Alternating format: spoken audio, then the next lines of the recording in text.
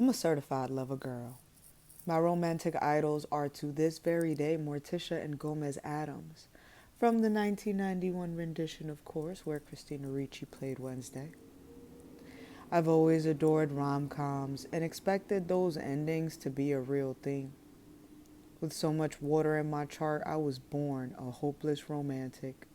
But I'm grateful to the universe for a little balance.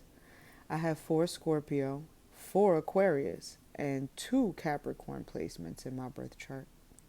That said, I only speak from my own personal experiences and inexperience.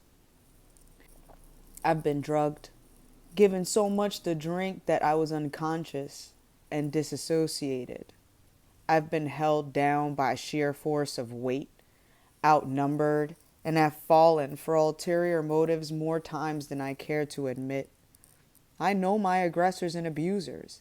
I know who these men are, and I know the women who helped set me up.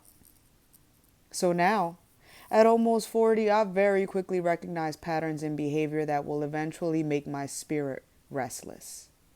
Small details turn into humongous red flags for me because they'll later define what type of person you are.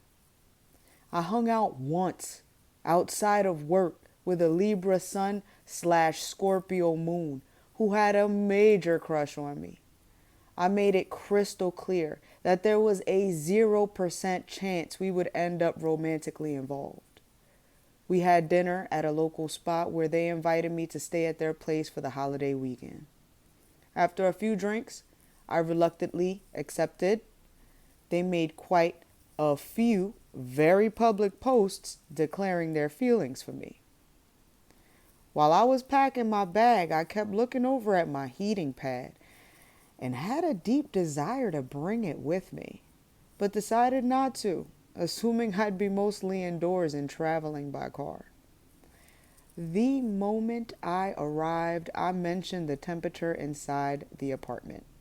I kept asking why it was so cold. As the night progressed, I continued to complain, mentioning it with more haste and urgency every single time. So I was offered the bedroom, and they would stay on the couch. There was a blanket already there.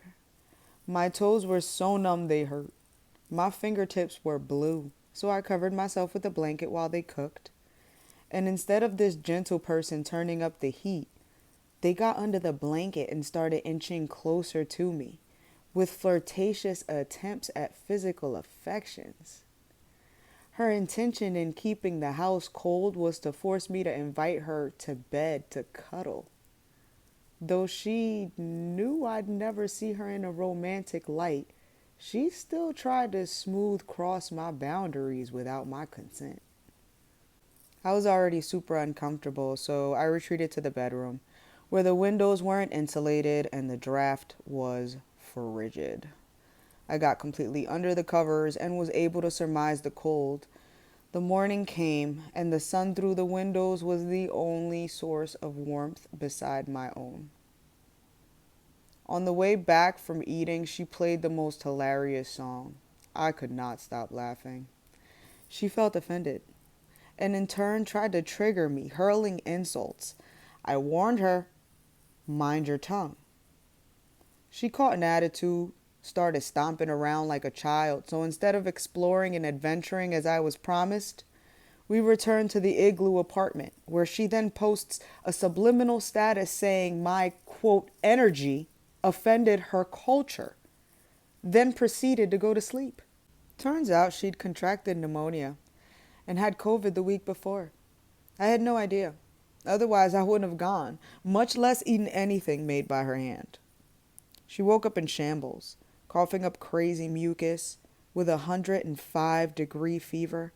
So I acted oblivious to the post, switched from guest mode to mom mode, making teas, leaving warm salt water by the sink. I rubbed Vicks on her back and checked in on her almost every hour. She slept into the next day.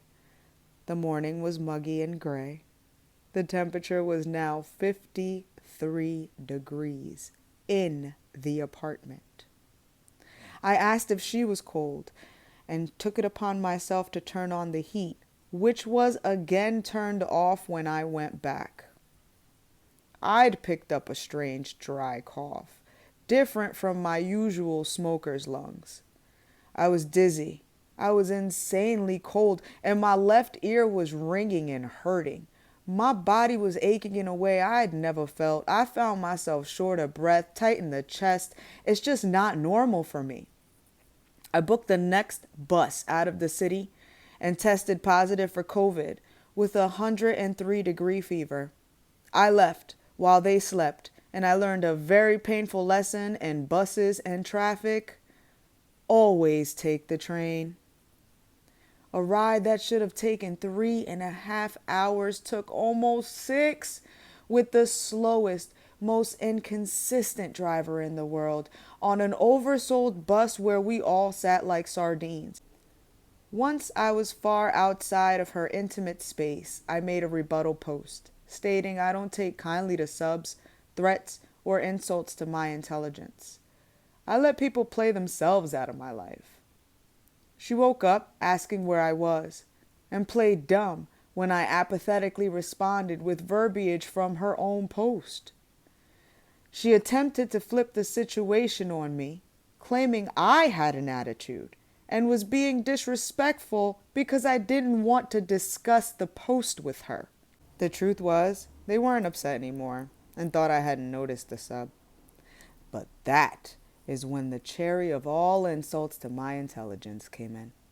From love bombing to gaslighting in the very same paragraph, they hastily created a fake story screenshot to negate the accusation, but let a few crucial details slip through the cracks.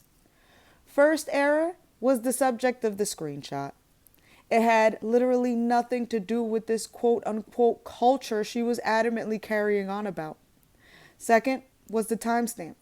The screenshot was taken 2 minutes before the message, but more than 24 hours had passed since the original subliminal post. So the so-called story wouldn't have been available 2 minutes prior to this conversation. Now, 99% of all Libras are compulsory liars. I knew that.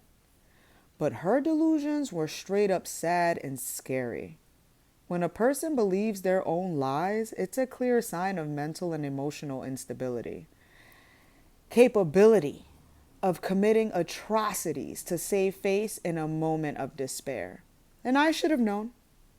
All the signs were there, but it's the holiday season here in the U.S., and a lonesome heart makes for shifty decisions. So how do I know the screenshot was fake? Simple. I'm addicted to Instagram. The top should have said the storyteller's name. The bottom would have either a bar for replies or a heart and an arrow to share. This so-called story screenshot had neither. If it were cropped, there would be no time at the top left nor the battery percentage on the right. So yes, I'm 100% sure it was a feeble attempt at an Uno reverse. I sent my last dry communication, stating we both knew the truth, and it was really time for me to gracefully bow out. When it became clear that they hadn't gotten away with the lie, they lost their shit.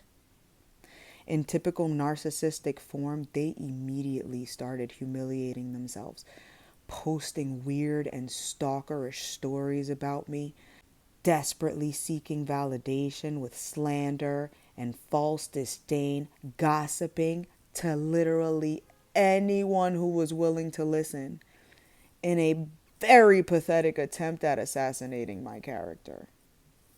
A mutual stepped in, asked for reasoning behind the posts, and she responded as the victim, claiming that there is something wrong with me because I post about my emotions after traumatic events. 3 times this person said, and I quote, "Same thing she always does," end quote. But we'd only worked together twice before for a grand total of 4 public and very casual encounters. Imagine you pass on one of the deadliest viruses known to man at this moment, then have the audacity to speak negatively about them. What you say about others says more about you and your character than the person you're trying to tear down. People always seem to think that they are the exception to the rule, or the one that I'm going to allow to cross my boundaries. Entitlement is the most disgusting trait a person can have, and the quickest way to get chopped clean out of my life. I don't make noise, I don't make scenes, I don't embarrass myself on account of my emotions, although I used to. I have pitifully begged for love and have laid myself mercilessly under the feet of many unworthy beings. Now, I very honorably make my exit. I process the situation and whatever emotions are attached, then express my experiences with you all. I don't lie. 1, because my poker face is trash. And 2, because people will always expose themselves. I'm learning not to speak out of spite or anger. I strive to not allow my emotions to overpower my perception and what I know to be factual. I try not to engage in mannerisms that are beneath me or unbefitting of my station, but I'm not perfect. And sometimes the reaction is purely instinctual. I do, however, know this. My energy is unmatched. It's pure, peaceful, alluring light. My divine presence is a present. Once you've been gifted unconditional love by someone like me, the comparisons fall hard at the wayside. My spirit brings comfort and solace to everyone around me. The greatest punishment someone who has had the opportunity to exchange energy with me is no longer having access to me and said energy. My saint will always protect me, removing me or others from situations that mean me harm. The wolf and sheep's skin will eventually reveal its true nature. The universe knows your true intentions regardless of how loudly you scream and lie to convince yourself and everyone else. Karma has always been extra rough for those who've come against me, whether physical or metaphysical. I usually end up on top. Cuidadito, que con los santos no se juega.